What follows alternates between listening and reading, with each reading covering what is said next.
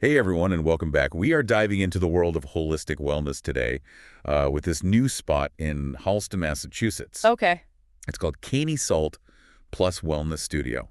And I don't know about you, but when I hear a name like Caney, I'm instantly intrigued. Yeah. It's not your average spa name. No, not at all. And you're right to be intrigued. The name actually speaks to the studio's deeper purpose. Caney, it's pronounced Canēy, is actually a Taino word. Okay, so tell me more about the Taino connection, because I'm not familiar with that. So the Taino people were the indigenous people of the Caribbean, and they were really known for this deep reverence for nature and this holistic approach to health. And they really believed in this connection, between the mind, the body, and the spirit. And their healing practices often incorporated these natural elements like herbs, different kinds of rituals, and even salt. Okay, so that actually segues perfectly into halotherapy. Exactly. And that's what makes that name Caney so fitting. It translates to house of worship or sacred space, and it reflects the studio's goal of creating a haven for healing and well-being, drawing from these ancient traditions. So they're bringing ancient wisdom into a modern setting. I love that. Absolutely. And from what I understand, they've created a really immersive experience. Imagine walking into the studio, brand new, and instead of that typical New England scenery, you're met with this wave of warmth, tranquility. Think calming colors, maybe the gentle sound of water, all these elements designed to instantly transport you to this place of relaxation. Okay, I'm already feeling calmer. It sounds like they've put a lot of thought into creating that specific atmosphere. They certainly have. And it's all part of their mission to make wellness this all-encompassing experience. And speaking of the driving force behind it all, let's talk about Laura Curley, the founder of Caney Salt plus Wellness Studio. Yes. From what I understand, she has a pretty impressive background in healthcare.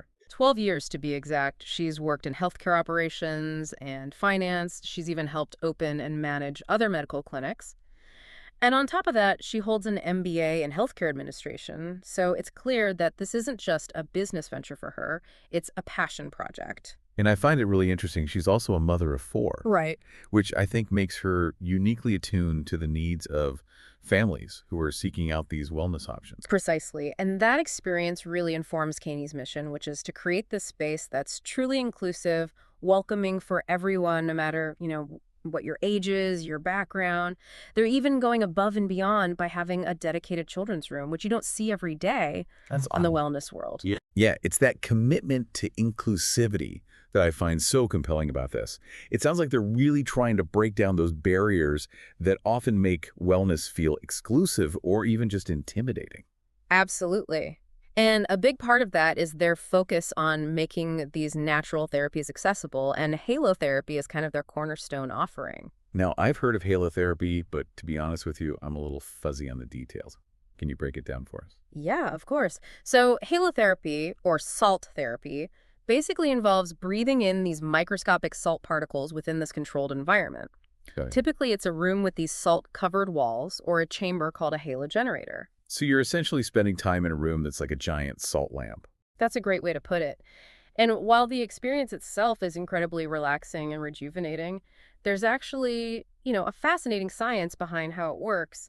Those dry salt particles are thought to act as these natural expectorants, so they help to clear the airways and loosen up any mucus buildup. That makes sense, especially for people who have respiratory issues. It's like a natural decongestant then. Exactly. And because it's drug-free, it's non-invasive, it can be a really great complementary therapy for those with conditions like asthma, allergies, even skin conditions like eczema. So we're talking benefits for both physical and mental well-being. Precisely.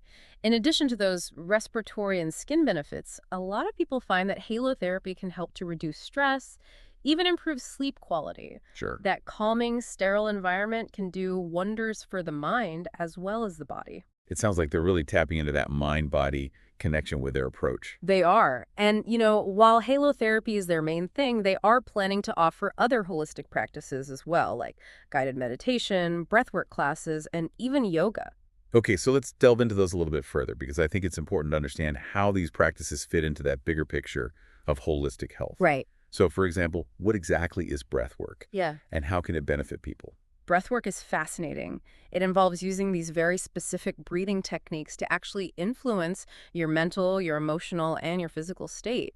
It might sound simple, but by consciously changing your breathing patterns, you can actually tap into your body's relaxation response, and that can potentially alleviate stress, reduce anxiety, even improve focus. It's amazing how something as basic as breathing can have such a profound impact on us. Right. And then you have meditation, which has been practiced for centuries and offers this wide array of benefits. Yeah. Guided meditation in particular can be really great for beginners because it kind of provides that framework and it helps to quiet those racing thoughts that we all experience. It sounds like Caney is providing that space for people to kind of explore different modalities and find what works best for them.